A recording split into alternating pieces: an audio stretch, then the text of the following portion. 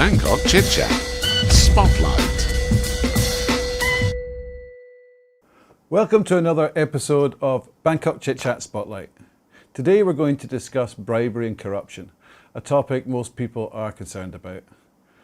Corruption in Thailand is generally seen as being something that is so ingrained that there is really no way around it. It is generally accepted and tolerated as part of the culture to get things done. It should be noted Thailand has been actively trying to manage the situation with some prosecutions and publicity of investigations via the National Anti-Corruption Commission. People generally look at corruption as being something orientated around government departments and civil servants. But that is not the only section of society.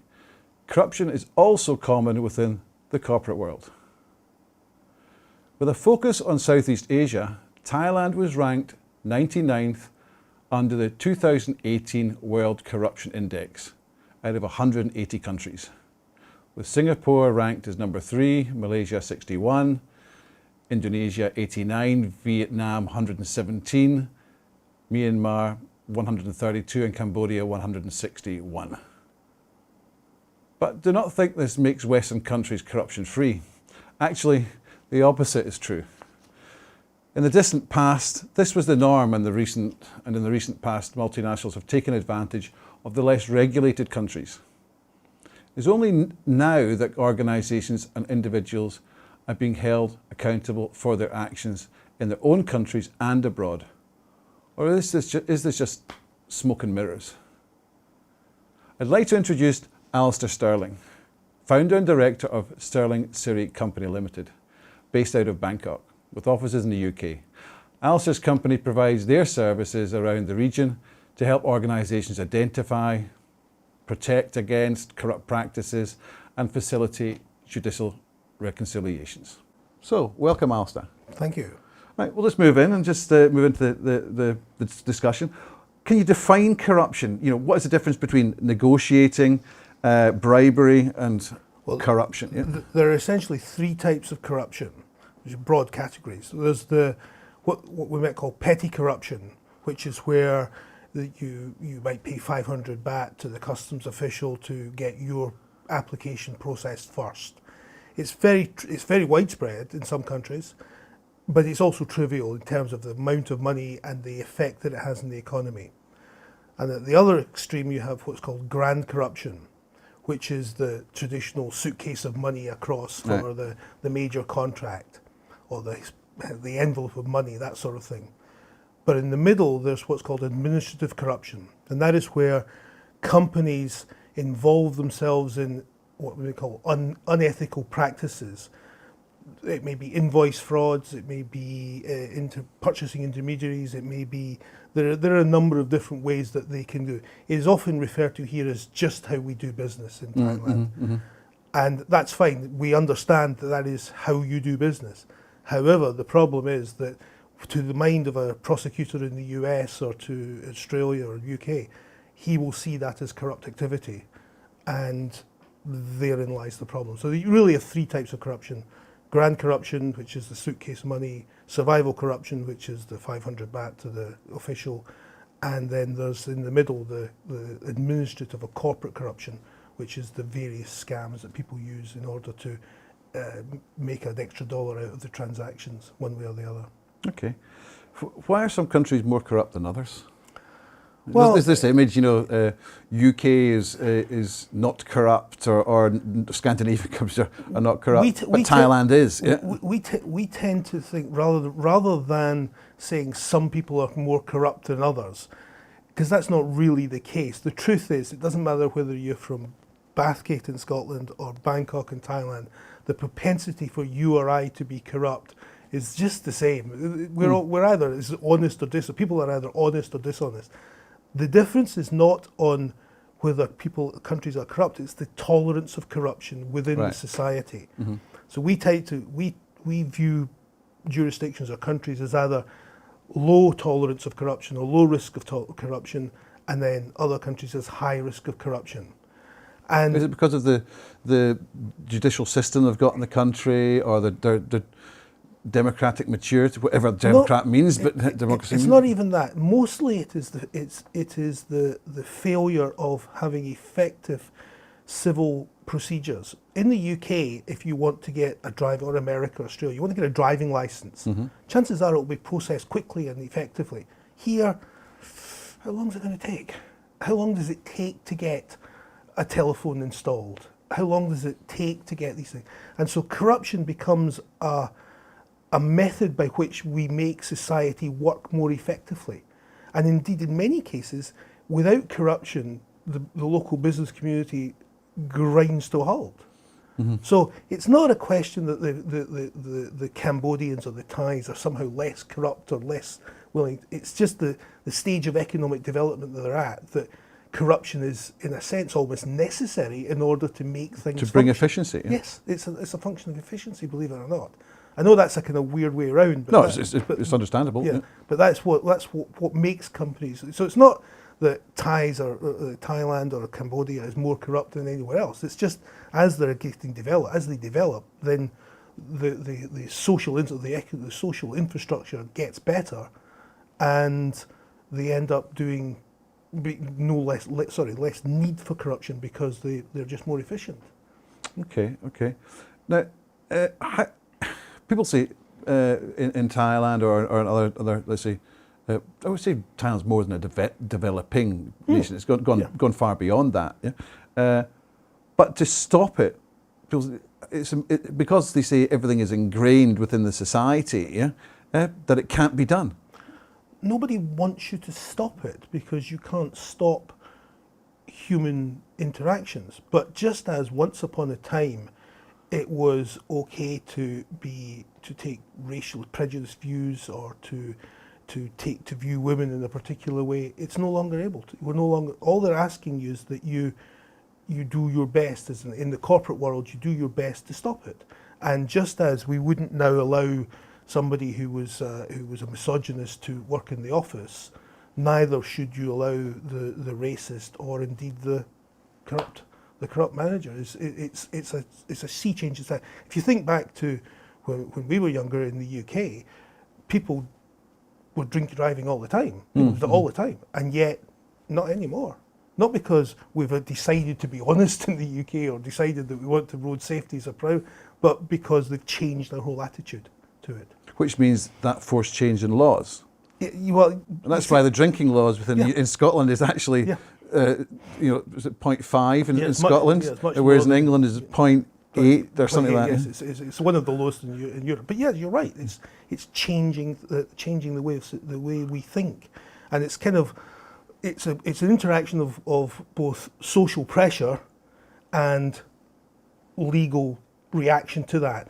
And in a sense, that's what's driving this emphasis on corruption. Within, whether it's people trafficking, sex trafficking, environmental logging, illegal logging, etc., or terrorist financing, all of this includes bribery and corruption, which is why in the UK, US, America, they're saying, the voters are saying, we don't want this, you stop this now. If you want to be elected, you're going to have to take the view. So it doesn't matter whether you're left or right, Republican, Democrat, the pressure's still the same, and the pressure's rolling down the road. And so it's a bit like a tram going down the road. You can either watch it pass or you can hop on board, but the one thing you can't realistically do is stand in front of it and hope to stop it. It will just roll right over you. Okay, that's a good analogy.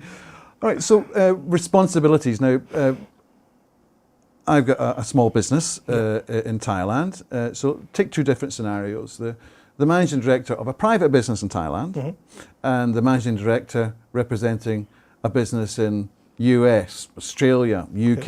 Yeah? Where do the responsibilities and liabilities lie? How does it all work? What the Americans first, and now the British and Australians, etc., and the European, it's all driven by a European directive on anti-corruption from 2008. But what they're saying now is, if you are in the UK or have connected to the UK, I'm using the UK as an example, but it could be any country, then you are liable in the UK courts, under UK legislation, for what happens on your behalf overseas. So that if I have an associated party, which could be an agent, it could be a representative office, it could be a company office, it could be a country office, but anybody who's related to my company in the UK, if you are breaking the law in Thailand, and it's an offence in Thailand, say to pay off the purchasing manager in a hospital or a government department for a bridge contract or something, then the UK authorities claim jurisdiction over that activity. It's called Section 7 of the Bribery Laws. It's failing to prevent. It's actually failing to prevent it is the offence that they've created, and they use their powers to stretch their hands across the jurisdictions to enforce their law, their endeavours. So somebody's got a company here, and maybe they are supplying a service or a product, yeah, and one of their staff has decided to give an incentive to somebody. It could be a holiday, it could be whatever you call it. It could be car, could be I don't know. Help pay the school fees. The term of art is an advantage. That's the term of art. But yes, that's what happens. Well, the answer is that the UK legislation says, look, you have to, I in London have to make sure that you in Bangkok, as my agent or associated party, are conducting your business here in Bangkok to the same ethical standards as we would expect in the UK. And if you don't, I'm liable in the UK. And so, and what about the person within? It depends. The originating country of the. Yeah, okay, that's a fair point. It depends on the situation. If there's a close connection, there'll usually be some sort of communication between London and Bangkok along the lines of reminding you, the manager here in Bangkok, of all of your liabilities under the requirements that you have and all the liabilities. And there'll usually be somewhere in your standing operating procedures or your contract or whatever contract you've got, there'll be a letter, strongly worded letter from solicitors in London informing you of what you need to do and don't do. Not a clause, but a letter. Well, there'll be a clause, there'll be a strong letter, and there'll be a clause in the contract that relates to the letter, saying right. your contractual requirement is to feel at Annex A or whatever it is. And then each year, or every 6 months or whatever, they'll send you a letter, a memo, whatever, from London, just a normal corporate letter saying you are responsible and remember to do this. And they'll probably require you go on some sort of training every so often.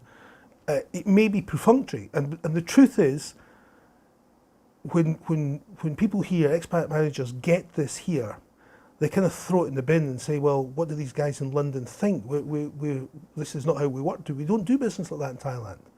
But the truth is they do know how you do business in Thailand. Mm-hmm. And they are deliberately covering themselves and making you the fall guy. Because ultimately, if the prosecuting authorities from New York or Sydney or wherever come and knock on their door, the words that will first enter everybody's conversation will be immunity and amnesty. And in order to get that, you have to do many in London. I thought for me in London to get that, one of the things I can do is invite them to look at you and your indiscretions. And that has a number of serious implications for you, particularly if you've got a connection. If you're a local Thai manager of the Thai company, probably doesn't have all that many implications for you really, because it's hard for the UK to stretch their hand across the sea in that sense. But if you happen, like you as a Scot, you may have houses, assets in the UK, you may have, I don't know. But if they have, they'll take it from you. And if you don't, they can't.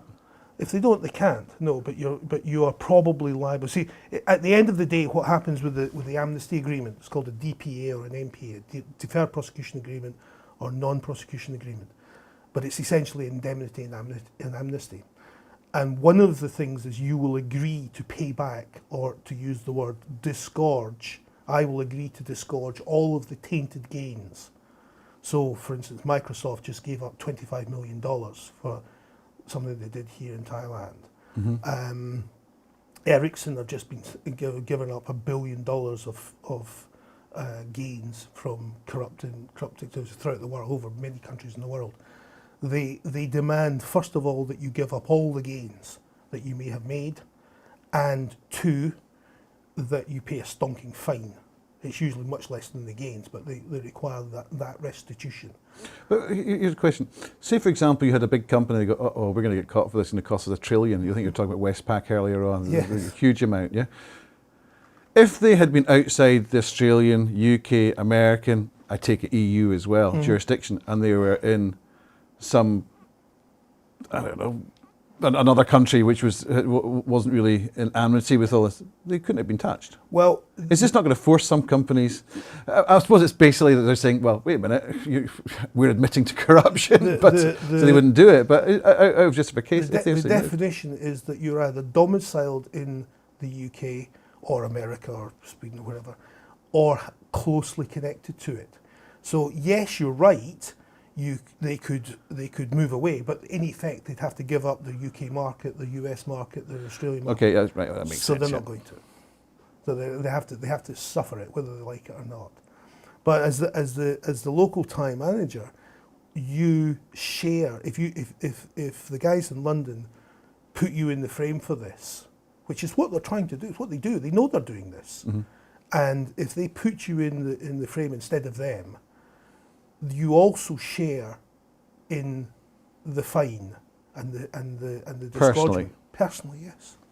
Personally, because there's always a link. If your bonus or your salary as the country manager is usually linked to your performance of the company, which is linked to the corrupt activity. So the gains that you have are thereby tainted and therefore ill-gotten and subject for seizure. They don't even have to prosecute you. They simply claim it's unlawful conduct. Unlawful conduct is any crime or any activity which is illegal in the UK and in say Thailand. And at that point they only have to meet the balance of probabilities. They don't have to beyond a reasonable doubt, and they just come and seize your assets.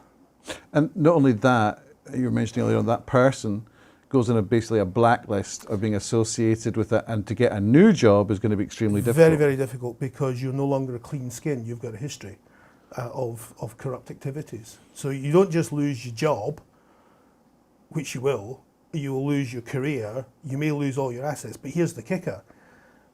Because what happens now, what they've done in this Microsoft case, is they're now handing to the NACC, the National Anti-Corruption Commission, who are a great outfit and they're trying to do a good thing here, but they hand them ready-made cases.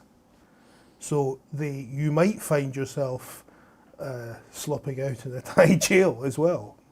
So, for example, the managing director of Microsoft here, he would have been in big trouble over this. Yeah. There's a good chance he may be prosecuted in Thailand. Okay, so basically, how can, because you've got an agent or someone down the line, that supply chain, someone's doing something, and there's only so much you can know. Okay, so how can organisations and individuals, if you're like a new managing director, and I've been asked to become a managing director of a different company, and I go, no, why? Because I'm taking on the liability of the previous person by coming in as a managing director, as I understand it. Well, that's right, yes. So how can organisations protect themselves and someone they're recruiting as a new managing director? Well, here's the thing, and nobody in London or New York thinks that you can stop corruption any more than you can stop racial discrimination or misogyny or anything else. All you can do is put in procedures that are designed to prevent it, that are adequate to the job. So if your company is in Hong Kong, the procedures that are adequate are much less than they are in Bangkok and much more so in Cambodia, because in Hong Kong you can rely on the Hong Kong police and the ICAC in order to or Singapore with the Criminal Investigation Bureau will do the heavy lifting. You don't need somebody like me to come in. However, in places like this where, as we say, there's challenges here, then as long as you bring somebody in, preferably a third party, and you have them audit the procedures, they do due diligence on the procedures that your company is running, then you are safe, or as safe as long as you take the recommendations, you are safe, and you will have people like me and my team to come and stand up in court for you if it ever comes to it, and say, look, yes, it did happen, but we took all the adequate procedures that were necessary or was reasonable in the light of the threat to protect the company. Sure, this guy did do the mistake, and we fired him when we found out, but we found out quickly, well, the procedures worked, we found out, and we fired him. And you're okay, you're fine at that point, provided you put in place the things. But as I say, it's a bit like racial intolerance. Once upon a time, it was common to use racial epithets in offices, not so much now. And you as a manager are now expected to sling somebody out the door and sack him if he does that, he or she does that. It's much the same thing. Nobody thinks we can make paragons of virtue. People say to me, you'll never stop corruption in Thailand. I know. If I had a magic wand that I could touch upon this problem, I would touch it on something else, like winning the lottery or something like that. So how does it come about that the authorities find out that there is corruption? There are a number of ways, but the most common way is a disgruntled employee will inform on the company. And why would they're disgruntled? Why would they actually go and do that? There are two reasons why they might do it. First of all, just because they're disgruntled, because you've annoyed them or sacked them or something. The other one is because the prosecutors pay bounties. You get anything from 10 to 30% of the monies recovered in the enforcement. So whoever did this with Westpac or however it happened, they're going to be rich people. Westpac are looking at 371 trillion Australian dollars. That's fine. Now, they won't make them pay that. They don't actually want to put the companies out of business. Right. They just want to hurt them financially. So they'll get a deep discount on that, because as you correctly say, $371 trillion, they're out of business. But the way the Australians calculate, it's $21 million, 10% of your turnover or a percentage of the corrupt gains, whichever is the greater. That's how they get to that 371. But nobody wants to put Westpac out of business. It's a big company with lots, and as long as they learn, they're really trying to reform rather than sort of wipe out the business. So that and warn for an example. Put encouragement as ultra, yes. That's very much the case. Yes. So basically, staff could actually turn around and say, well, this is happening, and report. Yeah, they've got to find out where to report, whether it's back to the head office, etc. But with a managing director, someone coming in, would you recommend that a managing director insists that there is an audit done before they take it on? Yeah, and which basically gives them a clean. Or would they get a letter from the company saying, you are not liable for, or does that not matter to a court? You're still liable because you took the position on. You're pretty much still liable because you took the position on, but a lot would depend on the nature of the industry. Some industries lend themselves to corruption because of high money. So, for instance, money changers, for instance, would be one where there's huge amount of money floating through. So they tend to. Some industries are very well known for corrupt practices. For instance, the healthcare industry. Because it's such a big, lucrative industry, and there's a lot of money sloshing about in it. But can an MD not just get an indemnity letter? Say we indemnify you for everything from the past managing director, which means they're not liable and they're starting from a clean slate. The company can't get away with it, I understand, but the individual. Yeah, well, yes, you might very well get that. Yes, that would help. I wouldn't necessarily would succeed, but it would help. But it doesn't really change the fact, from your point of view as the MD, your problem starts when you sign on the dotted line. Yes, you may hope to exclude yourself from previous wrongdoing, but that wrongdoing is likely to be continuing. Yes, I understand that. Yeah, and this also applies to directors. Yeah, but does it apply to non-executive directors, because they're more advisors than anything else? It would depend on the extent to which they are participating in their involvement. Involvement in the company. So if but you get to non-executive directors become something else, because often the non-executive directors are there for the influence or they can bring to the commercial transaction. Right. And they then are often what we call politically exposed persons. And that's a kind of generic term. They're normally politically exposed, but you can also be commercially exposed to. So, for instance, if you are you previously worked for the telecoms company and you're now in the telecoms, and you're now as non-executive directors for you previously worked in the national telecoms company and you're now a non-executive director of a telecom services company, chances are you're exposed. And we then want to look and see what's your participation in the thing. Because the truth is, very few non-executive directors do it simply for the fee. Okay, all right, that's a good point. Is there a statute of limitations to this? No. So this could, I mean, in the US and other places, even murder has a statute of limitations, doesn't it? No. The reality of it, they have got a lot to prosecute if they wanted to go after it, and there's only so much time that they've got. Who are they after then? Are they after the little company with 25 people, or are they after the company with 50 people? First of all, one of the main criteria is whether they've got a prosecutable case. If they can prosecute the case, they're quite happy to go after a small company. They'll take any head, big or small. But of course, to launch an investigation, if you're the US Attorney of the Southern District of New York, most of the cases you're going to launch are against Wall Street companies. Right. And they tend to be bigger. So what should companies, we've discussed how they protect themselves. What do you actually do for these companies?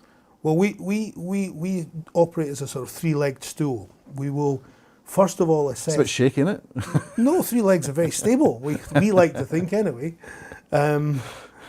It's like milking stools. Stool. But no, so the first element is we will look at your scheme of business, whatever that might be, and that could include contracts and supply contracts, joint venture agreements, corporate documents, and we will sit down and look and see what you're doing and where your liability may lie, because you can find that you have a whole suite of liability, a whole portfolio of liabilities, because you might find yourself subject to both Australian, New Zealand, American, British jurisdiction. It's all about jurisdiction. Who's got jurisdiction over your scheme of business?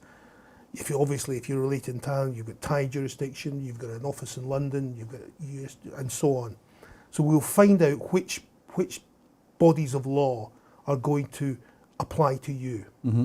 And then we'll send guys into your offices, your factories, etc. And we'll actually look at what you're doing. And if you say that there's an intermediary company here, but it's upfront and okay, then we'll go and look at that. We'll go and find who owns the company, whether it's... Yeah, never accept the information that you're handed, always check it out, yeah.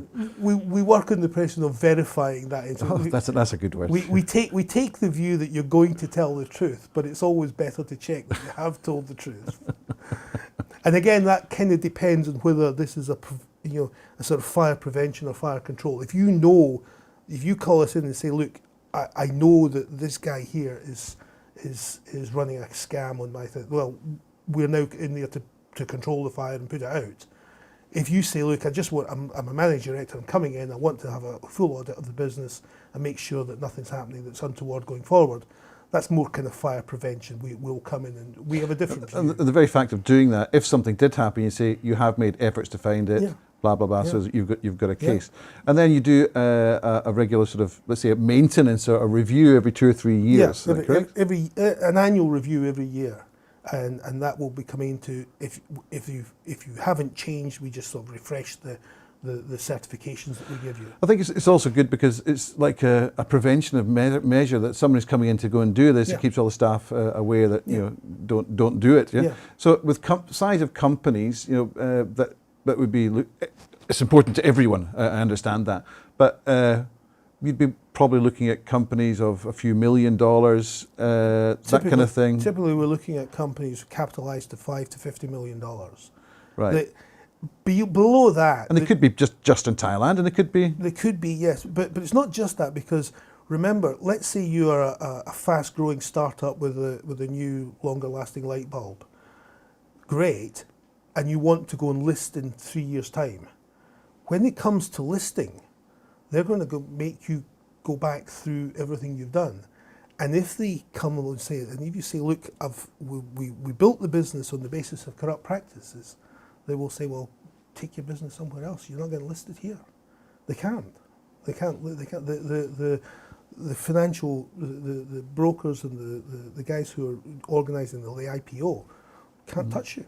But also within your business, you're taken on privately, obviously, but also you are taken on by merchant bankers and others. Yeah, we will usually find ourselves as part of a larger team that is doing the negotiations, due diligence, etc. for, let's say, a merger and acquisition or something like that.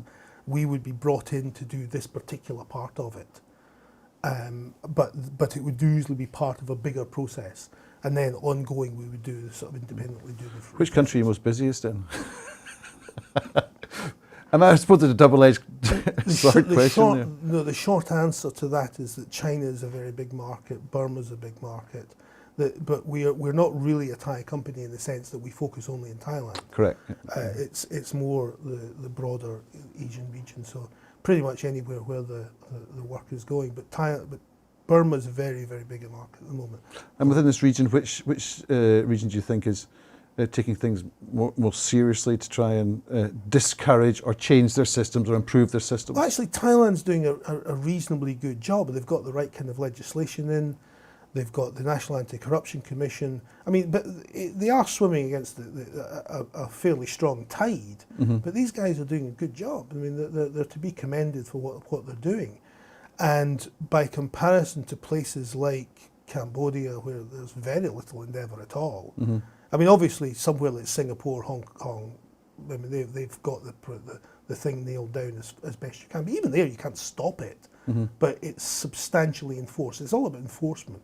Right. And enforcement's growing here, but it's still got a long way to go. Okay, just to round off, a little story at the beginning of December that came out was to do with a company or an individual who had $190 million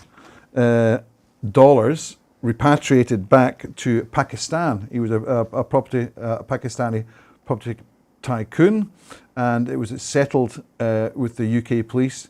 And it was claimed that he was dealing in dirty money. The reason I'm bringing it up is that some may think that the US, Australia, or UK are doing this to get money themselves, but it's not the case. The case is that sometimes that money is repatriated to the correct people back in the originating country. So, in my eyes, that was quite refreshing. But anyway. Yeah, well, yes, you're right. And it goes back to the sort of democratic pressure that I was talking about at the very beginning, because there is a demand amongst the electorate that's driving this, and that is that we do the right thing. Mm-hmm. And where we can put the money back to Pakistan or whatever, where it was stolen from or extracted from in the first place, then it usually does go back if it can do. Sometimes it can't, and it would then ideally find its way into the foreign aid budget and be delivered back generally in that sense. But if they can find out who was stolen from or who was ripped off or whatever you want to call it, then they try and put it back. Okay. But they're also quite rapacious at keeping it when they can as well. Okay, listen, Alastair, thank you very much for this. You. Yeah, fascinating. We could talk an awful lot more. Absolutely, yes. So, listen, thank you again. Thank you very much, everybody, for watching. Don't forget to like and subscribe. We are on Facebook, the YouTube channel, and we'll speak to you again. Thank you very much. See you later.